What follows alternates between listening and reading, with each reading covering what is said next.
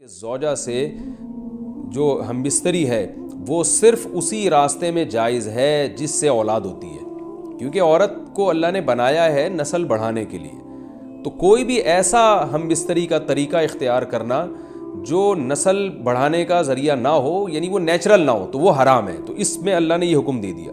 تو اس سے صاف یعنی حدیث سے بھی پتہ چلتا ہے اور تمام فقہا کا اجماع بھی ہے اس آیت کی روشنی میں کہ مسئلہ تھوڑا حیا کے خلاف ہے، لیکن میرا خیال ہے بتانا ضروری ہے کہ پچھلے راستے سے عورت سے ہم بستری کرنا بالکل حرام ہے، ناجائز ہے. اور نبی صلی اللہ علیہ وسلم کی اس پہ بہت شدید لعنت ہے، بہت شدید وعید ہے. تو یہ بالکل اللیگل ہے اسلام میں کہ عورت کے پچھلے راستے سے اس سے ہم بستری کی جائے. جو لوگ لڑکوں سے بدفعلی کے عادی ہوتے ہیں ان کو یہ ایک چسکا لگ جاتا ہے، تو یہ حرام ہے، ناجائز ہے، کیونکہ اللہ نے بتا دیا کہ یہ تمہارے لیے بمنزلہ کھیت. مفتی طارق مسعود کے بیانات کے لیے طارق مسعود آفیشیل کو سبسکرائب کریں.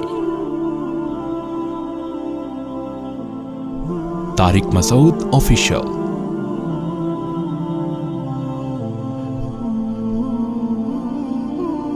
اللہ نے ارشاد فرمایا نساؤکم حرث لکم، تمہاری عورتیں تمہارے لیے بمنزلہ کھیت کے ہیں. حرث عربی میں کھیت کو کہتے ہیں. تو بمنزلہ کھیت کے ہیں.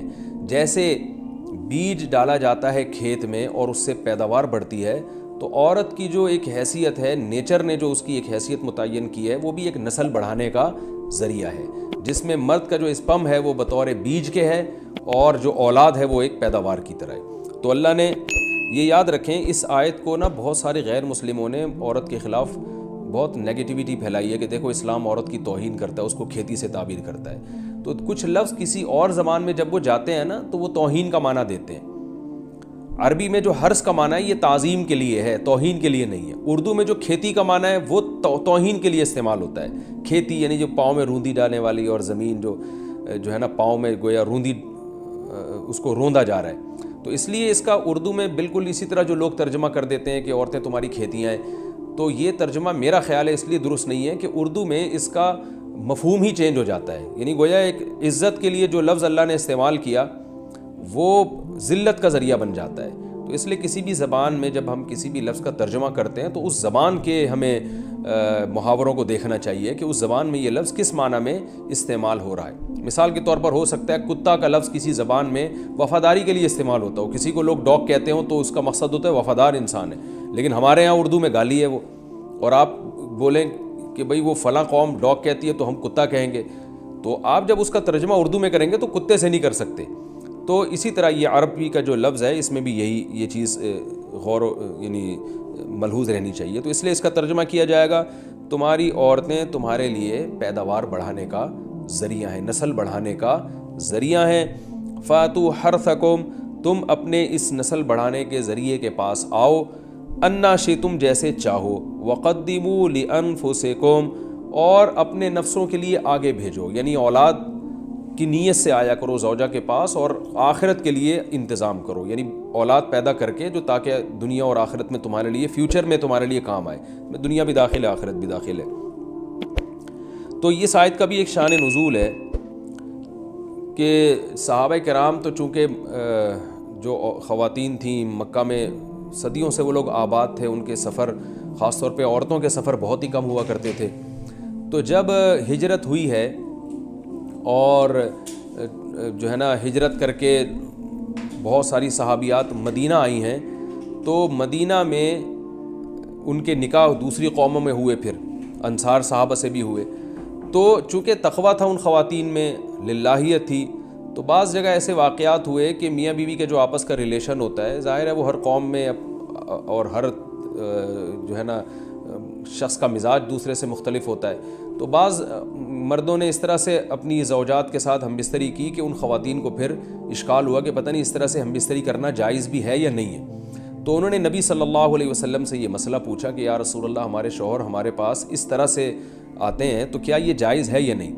تو ان کے سوال کو بھی مبہم رکھا گیا اور قرآن نے اس کے جواب کو بھی کنایتاً بیان کیا، کیونکہ مسئلہ بظاہر حیا کے خلاف ہے. تو قرآن جب بھی کوئی ایسی بات ہوتی ہے تو اشارتاً کنایتاً اس کا تذکرہ کر دیتا ہے تاکہ مسئلہ بھی واضح ہو جائے، کیونکہ ظاہر ہے اس کی ضرورت تو قیامت تک آنے والے انسانوں کو پڑ سکتی ہے نا. یہ تو ہر میاں بیوی کا اپنا ایک ذاتی مسئلہ ہوتا ہے کہ ہمیں کس طرح سے پرمیشن ہے، کس طرح سے پرمیشن نہیں ہے. تو اللہ تعالیٰ نے بھی اشارتاً ہی اس حکم کو قرآن میں بیان کر دیا، اور قرآن میں اس لیے بیان کیا کہ تاکہ اس میں کوئی اجتہادی اختلاف کی گنجائش نہ رہے۔ تو اللہ نے قرآن مجید میں بیان کیا، فرمایا نساؤکم حرث لکم، تمہاری جو ازواج ہیں، تمہاری جو بیویاں ہیں، وہ تمہارے لیے بمنزلہ کھیت ہیں۔ کھیت کا مطلب کیا ہوتا ہے؟ پیداوار بڑھانے کا ذریعہ۔ تو اس میں سب سے پہلا مسئلہ تو قرآن نے یہ بیان کر دیا کہ زوجہ سے جو ہم بستری ہے وہ صرف اسی راستے میں جائز ہے جس سے اولاد ہوتی ہے، کیونکہ عورت کو اللہ نے بنایا ہے نسل بڑھانے کے لیے۔ تو کوئی بھی ایسا ہم بستری کا طریقہ اختیار کرنا جو نسل بڑھانے کا ذریعہ نہ ہو، یعنی وہ نیچرل نہ ہو، تو وہ حرام ہے۔ تو اس میں اللہ نے یہ حکم دے دیا۔ تو اس سے صاف یعنی حدیث سے بھی پتہ چلتا ہے، اور تمام فقہاء کا اجماع بھی ہے اس آیت کی روشنی میں کہ مسئلہ تھوڑا حیا کے خلاف ہے، لیکن میرا خیال ہے بتانا ضروری ہے کہ پچھلے راستے سے عورت سے ہم بستری کرنا بالکل حرام ہے، ناجائز ہے، اور نبی صلی اللہ علیہ وسلم کی اس پہ بہت شدید لعنت ہے، بہت شدید وعید ہے۔ تو یہ بالکل اللیگل ہے اسلام میں کہ عورت کے پچھلے راستے سے اس سے ہم بستری کی جائے۔ جو لوگ لڑکوں سے بدفعلی کے عادی ہوتے ہیں ان کو یہ ایک چسکا لگ جاتا ہے، تو یہ حرام ہے، ناجائز ہے، کیونکہ اللہ نے بتا دیا کہ یہ تمہارے لیے بمنزلہ کھیت کے ہیں۔ تو اس میں قرآن نے وہ جو سوال تھا نا اس کی طرف اشارتاً جواب دے دیا، اور آگے فرمایا فاتو حرثکم، تم اپنے کھیت کے پاس آؤ، یعنی پیداوار بڑھانے کا جو ذریعہ ہے اس جگہ کی طرف آؤ، انا شئتم، جیسے چاہو، یعنی باقی جس طرح سے تم چاہو زوجہ سے ہم بستری کر سکتے ہو، اس میں کوئی خاص طریقہ متعین نہیں ہے۔ میاں بیوی کا ایک دوسرے سے کوئی پردہ نہیں ہے، ہن لباس لکم وانتم لباس لہن، یہ دونوں ایک دوسرے کے لیے لباس ہیں۔ تو اس میں طریقہ کار کوئی بھی ہو سکتا ہے، کسی بھی طرح سے کرنا چاہو ایک دوسرے سے لطف اندوز ہو سکتے ہو، لیکن فاتو حرثکم آنا موضع حرث میں ہے۔ حرث کا مطلب وہ اس جگہ کی طرف آنا ہے جہاں سے نسل بڑھتی ہے، کسی اور راستے کی طرف۔ اس سے صاف طور پر جو ہے نا وہ جو فاسق فاجر لوگوں کی جو برائی ہے، جو لڑکوں سے بدفعلی کے نتیجے میں پیدا ہوتی ہے، اس کا اللہ نے قلع قمع کر دیا کہ اس کی اسلام میں بالکل اجازت نہیں ہے۔ باقی طریقہ کار کیا ہوگا یہ تمہارے اوپر، اس کی اللہ نے تمہیں اجازت دی ہے۔ وَقَدِّمُوا لِأَنفُسِكُمْ، اور چونکہ بار بار حرث کا تذکرہ ہو رہا ہے کہ نسل بڑھانے کا، تو اس لیے اللہ نے فرمایا کہ قدموا لانفسکم، اپنی ذات کے لیے فیوچر میں انتظام کرو۔ قدموا کا مطلب آگے بھیجو اپنی ذات کے لیے سرمایہ۔ کیا مطلب؟ کہ جب زوجہ سے ہم بستری کرو تو نیت اولاد کی ہونی چاہیے، تاکہ وہ اولاد دنیا میں بھی اور آخرت میں بھی تمہارے لیے ذخیرہ بن جائے۔ تو یہ نسل بڑھانے کی بہت زبردست ترغیب ہے اس آیت میں، اور اس آیت میں اللہ نے عورت کا کہ بہت ساری ذمہ داریوں میں سے ایک بڑی ذمہ داری کا بھی بیان بتا دیا کہ عورت کو اللہ نے بنایا ہے، جو مرد اور عورت کا جو فرق رکھا ہے نا، اس فرق کی بڑی وجہ یہی ہے کہ مرد کے اسپم کو اللہ نے بیج کے طور پہ پیدا کیا ہے، اور عورت کو اللہ نے زمین کے طور پہ۔ تو بیج اور زمین کے ملاپ کا بنیادی مقصد ہی نسل بڑھانا، پیداوار بڑھانا ہوتا ہے، نہ یہ کہ نسل روکنا۔ آج فیملی پلاننگ والوں نے اس آیت کی دھجیاں اڑا دی ہیں، اور جو پوری دنیا میں ایک بیہودہ قسم کی تحریک چل رہی ہے، یہ آیت بالکل اس کی نفی کر رہی ہے۔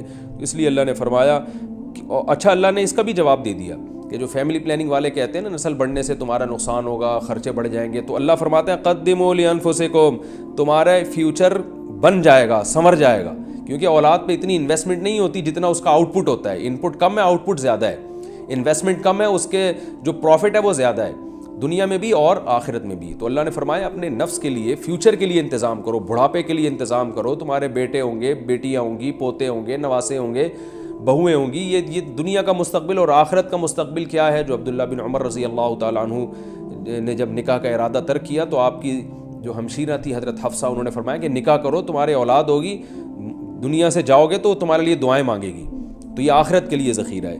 تو اس لیے اللہ نے فرمایا کہ آخرت کے لیے ذخیرہ کرو، واتقوا اللہ، اور اللہ سے ڈرو، واعلموا انکم ملاقوہ، اور جان لو کہ تم نے ایک دن اللہ سے ملاقات کرنی ہے۔ تو جتنے حکام اللہ نے تمہیں اس آیت میں دیے ہیں ان تمام حکام کو تم نے فالو کرنا ہے۔ وبشر المومنین، اور